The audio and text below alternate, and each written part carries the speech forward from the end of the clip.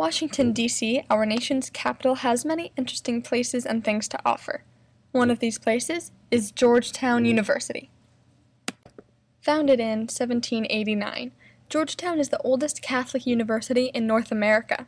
However, that isn't the only interesting thing about Georgetown. We are proud to present the 3 most interesting things you didn't know about Georgetown. Number 3. Healy Hall. Healy Hall is the flagship building of the university and is a national landmark. The interesting thing about it? Firstly, the seal of the university is at the top of a staircase, and there is a rumor surrounding the seal. If you step on it, you won't graduate from the university. Also, at the foot of the same staircase, there are cannons.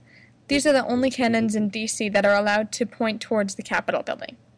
Finally, the clock tower. Every few years, some student sneaks up to the top of the tower and, as a prank, steals the hands of the clock. They then mail them to the Vatican, where they are marked, Return to Sender. Number 2. Secret tunnels. Deep beneath the Georgetown campus, there are tunnels. They lead to some of the university buildings and into downtown D.C. As to why they exist, there is some debate. Some say they are purely for the heating and cooling systems. Others believe that they were used as a part of the Underground Railroad. Others still believe that they lead all the way to the Capitol and are there in case of a national emergency. Were the Capitol compromised, members of Congress would flee through the tunnels and convene at Georgetown. We can't use images of the real tunnels because we're not allowed down there. And finally, the number 1 most interesting thing you didn't know about Georgetown. The reason behind the school colors.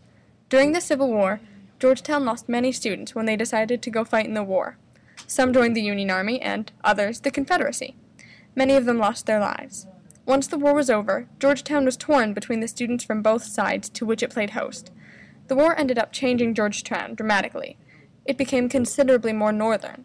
In 1876, Georgetown's rowing team adopted the colors that, to this day, represent the school: blue and gray.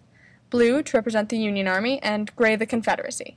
This was meant to signify the unity the school felt amongst all students, northern and southern. Thanks for watching the 3 most interesting things you didn't know about Georgetown.